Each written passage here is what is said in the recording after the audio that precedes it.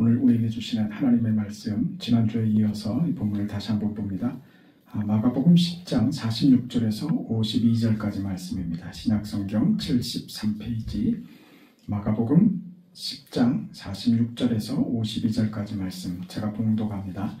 그들이 여리고에 이르렀더니 예수께서 제자들과 허다한 무리와 함께 여리고에서 나가실 때에 디메오의 아들 맹인 거지 바디메오가 길가에 앉았다가 나사렛 예수시란 말을 듣고 소리 질러 이르되 다윗의 자손 예수여 나를 불쌍히 여기소서 하거늘 많은 사람이 꾸짖어 잠잠하라 하되 그가 더욱 크게 소리 질러 이르되 다윗의 자손이여 나를 불쌍히 여기소서 하는지라. 예수께서 머물러 서서 그를 부르라 하시니 그들이 그 맹인을 부르며 이르되 안심하고 일어나라 그가 너를 부르신다 하매 맹인이 겉옷을 내버리고 뛰어 일어나 예수께 나아오거늘 예수께서 말씀하여 이르시되 내게 무엇을 하여 주기를 원하느냐. 맹인이 이르되 선생님이여 보기를 원하나이다. 예수께서 이르시되 가라 내 믿음이 너를 구원하였느니라 하시니 그가 곧 보게 되어 예수를 길에서 따르니라. 아멘. 어느 인생이나 오늘 그 맹인이었던 이 바디메오와 같이 이 바디메오의 인생이 오늘 본문에서 일어난 이 사건이 상징하고 우리에게 알려주는 중요한 사실 한 가지는 무엇이냐 하면 누구이든지 간에 예수를 만나야 된다 이 말입니다. 예수를 만나야 맹인이 눈을 뜹니다. 예수를 만나야 눈물이 기쁨이 됩니다. 예수를 만나야 저주가 복이 됩니다. 예수를 만나야 질병이 건강이 됩니다.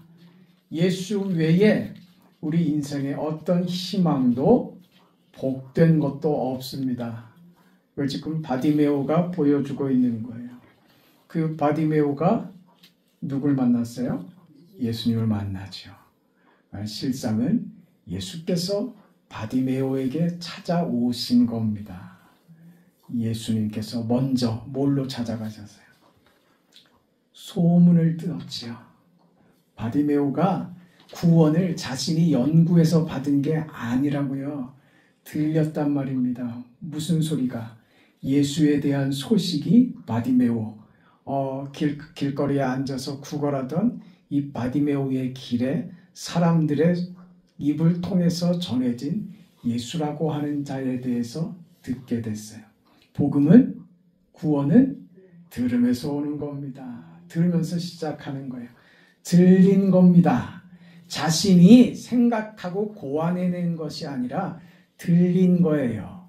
복음의 소식이, 구원의 소식이 바디메오에게 들린 거예요. 이때 이 복음을 들었다고 모두가 다 믿음이 생기는 것이 아닌데 바디메오는 이 소식을 듣고 그 마음속에 믿음이 생겼죠. 그래서 예수께서 지나가실 때 뭐라고 고백해요? 다윗의 자손 예수여 나를 불쌍히 여기소서. 이건 신앙의 고백입니다. 사람들은 뭐라고 불렀다고요? 나사렛 예수라 불렀단 말입니다. 나사렛 예수는 낮춰 부르는 거예요. 나사렛에서 무슨 선한 것이 나겠느냐. 그 비유를 생략하겠습니다. 기분 나쁠 수 있어서. 사람들이 말해요. 묘산이 어디냐. 그런단 말이죠. 합천도 잘 모르는 사람이 있을 수 있는데 합천에 묘산이라는 면이 있다는 것을 대부분의 사람은 모를 거예요. 난 그 묘산 사람입니다. 도대체 묘산이 어디 붙어 있는 동네입니까? 그러죠. 저쪽에 여수를 지나서 이렇게 오다 보니까 섬이 조그만 연육교가 연결되어 있는데 조그만 섬이 하나 있는데 그 섬의 이름이 묘도예요. 묘도. 그래서 우리는 묘산이고 여기는 묘도고 참 묘한 섬이겠구나 싶었는데 아무도 알아보지 않고 아무도 기억하지 않고 유명하지 않고 그런 곳이단 말입니다. 나사렛 예수 이 말은 무슨 촌동네에서 뭘 대단한 일이 일어나겠느냐 하는 의미예요. 그래서 나사렛 예수 이 말은 별것도 아닌 사람, 그냥 어디 촌 사람, 아무것도 아닌 그런 동네에서 태어난 사람, 이렇게 불려진 것입니다. 그렇게 부르는 중에 이 바디메오는 나사렛 예수여 이렇게 부르지 않고 다윗의 자손 예수여 이렇게 불렀단 말입니다. 다윗의 자손이라는 것은 전혀 다른 이름입니다. 다윗의 자손이라고 하는 것은 약속입니다. 하나님이 다윗의 자손으로 메시아 구원자를 주겠다고 약속하셨기 때문에 다윗의 자손이라고 부른다는 것은 무엇이냐면 하나님의 언약의 메시아께서 오셨다. 그분이 바로 당신입니다. 이 고백인 거예요. 메시아로 오신 다윗의 자손 예수님. 그러니 뭐라고 부탁할 수 있는 거예요? 나를 불쌍히 여겨달라고 부탁할 수 있는 거예요. 나사렛 예수라면 무슨 부탁을 하겠습니까? 당신이나 나나 이름 없고 별 볼 일 없는 거는 마찬가지인데 뭘 나를 도와줄 수 있겠어요? 그게 나사렛 예수라는 이름입니다. 그러나 다윗의 자손 예수여 할 때는 이건 전혀 내용이 달라지는 겁니다. 하나님이 이 땅에 보내신 메시아 우리의 구주로 오신 하나님의 아들이십니다. 당신은 하나님으로 이 땅에 오신 다윗의 자손으로 약속된 그분이십니다. 나는 예수를 나를 위하여 구원자로 오신 메시아로 믿습니다. 그러니 예수님 당신께서 나를 불쌍히 여겨주세요 할 수 있었던 거예요. 믿음이죠. 누구나 다 듣는다고 이 반응을 하는 게 아니란 말입니다. 그런데 이 사람은 다윗의 자손 예수님 이렇게 고백할 수 있었던 거지요. 예수님에 대한 소문을 들었을 때 이 사람 마음속에 믿음이 생긴 겁니다. 믿음은 우리가 자랑하지 못할 것이니 그 믿음은 하나님의 선물이다. 그랬습니다. 선물입니다. 믿음은 내가 생각해낸 것 아니라고요. 내가 똑똑해서 깨달은 것이 아닙니다. 믿음은 하나님이 우리에게 주셔야만 얻을 수 있는 선물입니다. 아멘. 여러분이 지금 아멘 할 수 있는 것은 하나님이 아멘 할 수 있는 믿음을 주셔서 아멘 할 수 있는 겁니다. 믿습니까? 네, 그런 의미에서 다시 한번 크게 아멘. 네, 아멘 할 수 있는 자는 축복된 인생입니다. 네, 이 사람의 이 믿음이 누가 주셨다고요? 하나님이 주셨단 말입니다. 그렇다면 오늘 바디메오가 예수님이 지나가실 때 그가 결사적으로 소리를 지르며 다윗의 자손 예수님 나를 불쌍히 여겨주세요라고 예수님이 그를 찾을 때까지 멈추지 않고 외치고 고함 지르며 소리 지를 수 있었던 것은 그 안에 믿음이 있었기 때문이며 이 믿음은 하나님이 그에게 주신 선물이라면 하나님이 바디메오 인생에 맹인이며 거지인 세상에서 가장 불행한 사람 중에 하나가 될 이 바디메오를 하나님이 불쌍히 여기셔서 그의 귀에 복음의 소식이 들려지게 하셨고 그 복음의 소식이 들려질 때 믿음으로 예수를 보게 하셨고 그 예수께서 그곳을 지나가실 때 결사적으로 예수를 불러 세우는 믿음의 열심을 나타내도록 누가 하나님이 그렇게 하셨다 이 말입니다. 중대한 말입니다. 이것이 믿음입니다. 바디메오의 열심이나 노력을 얘기하는 것이 아니라 바디메오에게 주신 하나님의 그 믿음이 하나님의 은혜가 바디메오로 하여금 가만히 있을 수 없게 만든 거예요. 열심히 하고 적극적으로 해서 구원을 받는 게 아니라고요.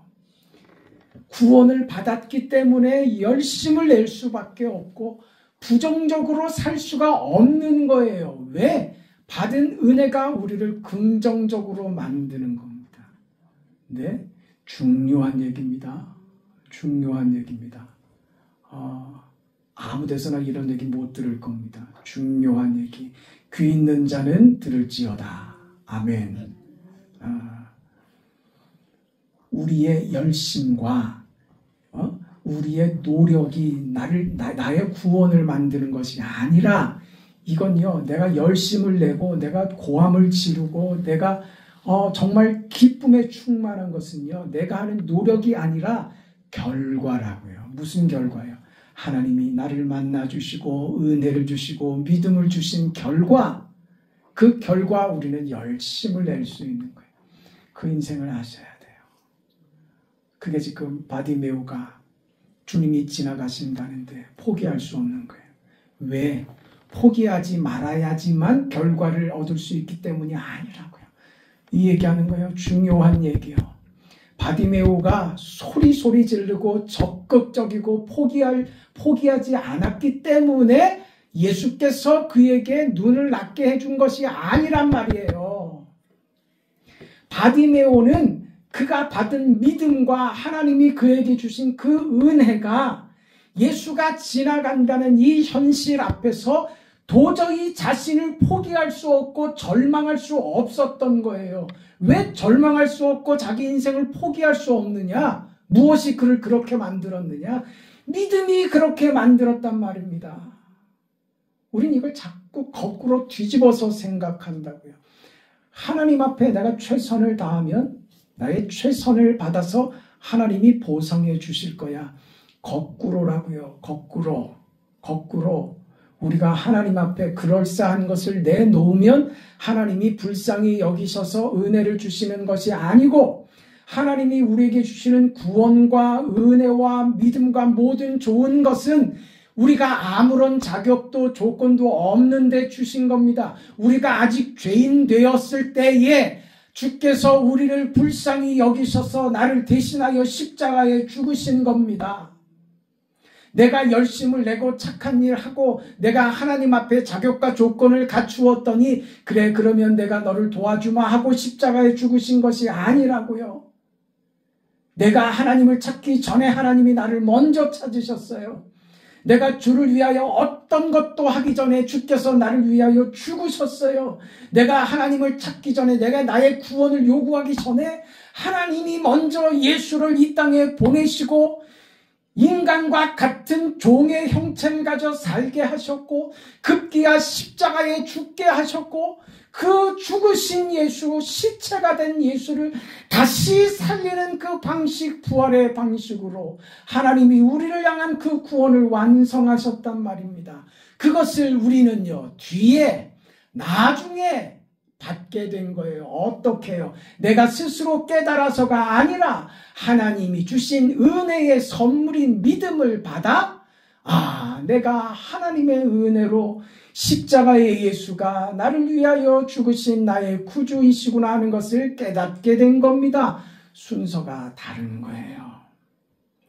바디메오는 그 자신이 하나님 앞에 열심을 내고 조건을 만들었더니 은혜를 받고 구원을 받은 것이 아니라, 바디메오는 예수를 만나기 그 전부터 이미 복음의 소식을 듣게 하신 하나님의 은혜를 그가 받았던 것이고, 그 은혜를 받아 예수를 나사렛 예수가 아닌 다윗의 자손으로 하나님이 이 땅에 오셔서 메시아 구원주 십자가에 죽으실 예수로 나를 구원하실 그분으로 그는 믿게 되었던 것입니다. 이미 받은 것입니다. 눈이 낮게 되는 것은 그 다음 문제예요. 그 사람은 이미 구원을 받은 것입니다. 구원을 받은 것입니다. 눈이 낮이든 눈을 뜰 수 없든 눈을 뜨게 되던 아무 상관없이 그는 이미 구원을 받은 자였어요. 그가 주님 앞에 믿음으로 받은 그 믿음으로 뛰어나왔던 거예요. 어떤 믿음? 사람들이 아무리 고함을 지르고 그를 제지하려고 하고 나무라고 꾸중을 해도 그래도 그는 그들의 말에, 사람들의 말에 전혀 개의치 않고 주님이 자신을 부를 때까지 주님 부르기를 그치지 아니했어요. 이게 믿음이라고요. 포기하지 않습니다. 여러분, 우리 인생을 주님 앞에 가는 그날까지 우리는 포기하지 않습니다. 실망하지 않습니다. 사람들이 나를 욕한다고, 나를 비난한다고 주눅들거나 의기소침해지고 소심해지지 않습니다. 우리는 하늘의 영광, 예수 그리스도를 소유한 자들입니다. 사람이 뭐라 그러든 나는 예수님을 만나야겠습니다. 나는 사람들이 뭐라 그러든 나는 예수로 삽니다. 이 믿음 가지고 예수님이 부를 때까지 고함을 질렀죠. 예수님이 결국 부르세요, 안 부르세요? 결국 부르신다고요. 네? 귀신 들린 딸을 둔 여인이 주님을 부르잖아요. 네? 혈루증 걸린 딸을 둔 여인이 주님의 은혜를 구하잖아요. 주님, 개들도 주인의 상에서 떨어지는 부스러기를 먹습니다. 이렇게 간절하잖아요. 포기 안 하잖아요. 네? 38년 동안 혈루증에 고생하던 여인이 주님 옷자락이라도 만져야겠다는 그 소망의 끈을 가지고 군중들 틈을 비집고 들어가서 두려운 마음으로 떨리는 손으로 주님의 옷자락을 만질 때 주님의 은혜가 전기가 흐르는 것처럼 그의 온몸을 관통하고 그의 온몸의 병이 나아진 것을 즉시로 그 여인이 느끼고 그 사실을 예수께서 아시고 이 여인을 돌아보지요. 주님, 나를 용서하소서. 주님은 그녀를 용서하시는 것이 아니라 딸아, 내 믿음이 너를 구원하였다. 주님은 긍휼로 은혜로 사랑으로 그녀를 대하죠. 모든 것이 믿음으로 주님을 향하는 우리 인생을 주께서 절대로 외면하지 않습니다. 세상은 시끄럽다고 하고 세상은 외면하고 세상은 우리를 돌려보내려고 하지만 예수께서는 반드시 우리를 만나 주십니다. 주께서 부르십니다. 주께서 우리를 만나 주십니다. 사실은 여러분, 이게 보여야 돼요. 이 사건의 주인공이 누구예요? 이 사건의 주인공이 누구예요? 바디메오가 아니고요. 누구라고요? 예수님이요. 자꾸 제가 말씀드리는 거예요. 그 사람을 사건의 중심에 놓지 말고 하나님이 중심으로 가야 돼요. 그래야 성경이 바르게 보여요. 지금 예수님께서 이 생각을 갖고 성경을 보는 거예요. 왜 예수님께서 예루살렘으로 명절을 지키러 가시는 길에 왜 여리고를 지나가셨을까? 우연히 아무 생각 없이 하지 않으시는 하나님이신데 왜 이곳을 지나가시다가 이 바디메오를 왜 예수님이 만나실까? 이게 우연이 아니라는 걸 아셔야 돼요. 우연은 없습니다. 내 인생에 오늘 내가 이 자리에 앉아 있는 것, 이게 우연이 아니라는 걸 아셔야지 돼요. 주께서 하시는 거예요. 주께서. 내가 이 결정을 한 것이 아니고 누가 이 결정을 하게 하셨다고요? 하나님이 하게 하신 거예요. 주께서 이 결정, 여리고로 지나가시다가 누구를? 바디메오를 만나야겠다고 주께서 결정하시는 거예요. 하나님이십니다. 그래 바디메오가 주님을 거기서 만나는 이유가 됩니다.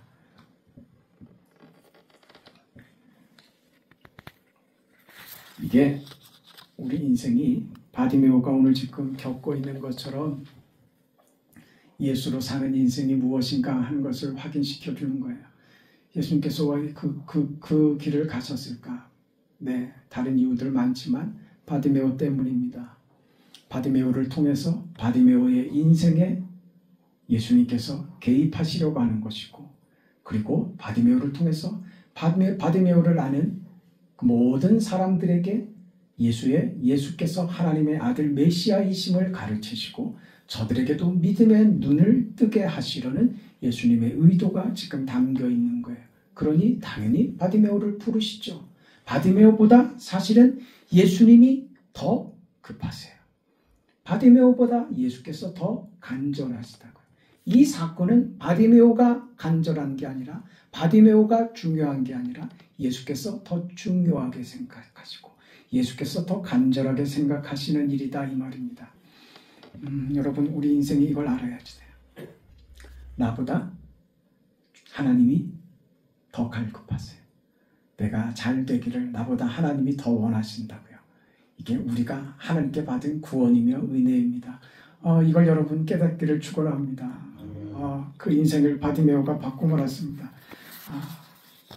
이때 예수님께서 그 바디메오에게 이렇게 얘기합니다. 내게 무엇을 하여 주기를 원하느냐. 이때 바디메오가 선생님 보기를 원합니다.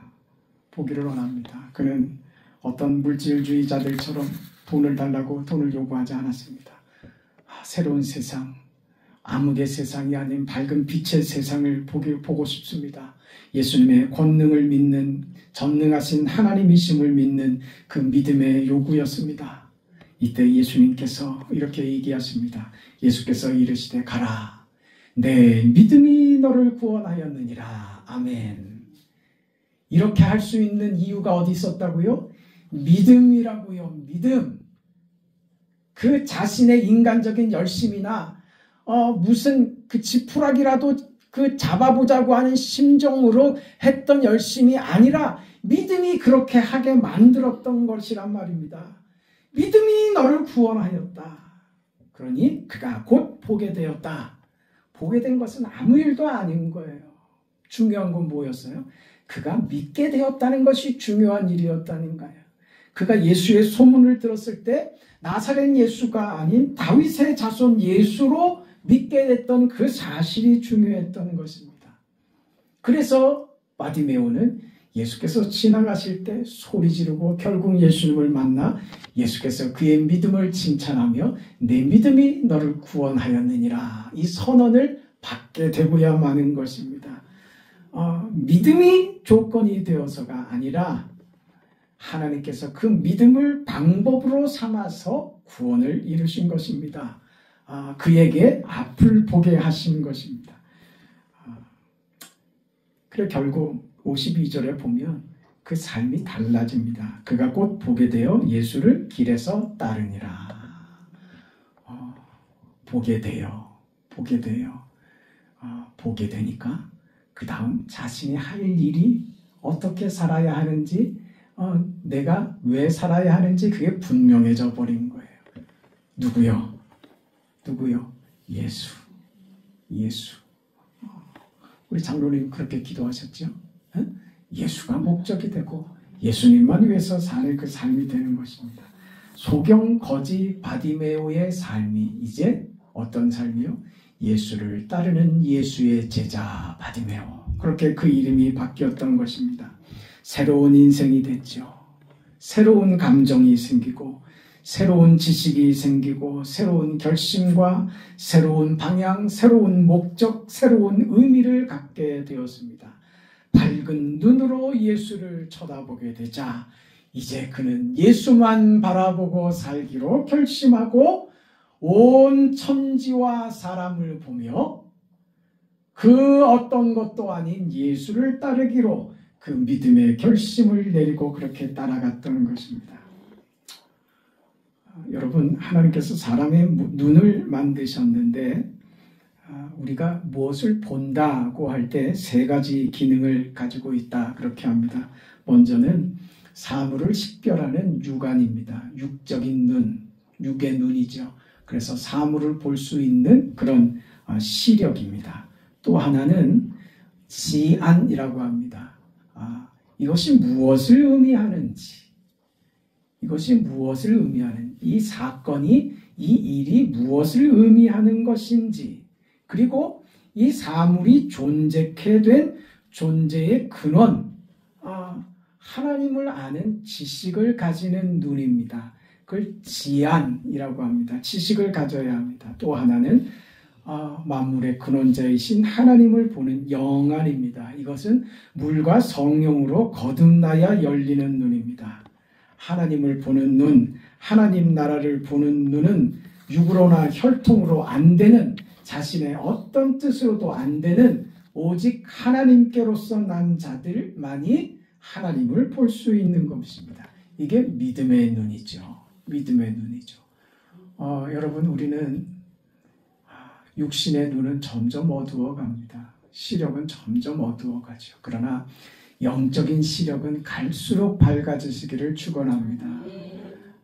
하나님만이 내 인생에 또렷하게 보이고 하나님이 하시는 일이 또렷하게 기억되고 하나님으로 사는 인생임을 언제나 더 확실하게 알게 되는 이 영의 눈, 영안을 가지고 살아가는 여러분의 인생이 되시기를 축복합니다. 보고 싶습니다.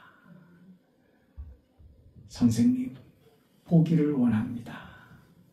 네, 우리의 오늘 기도 제목이며 하나님께 아뢰는 우리의 소원이기를 바랍니다. 하나님이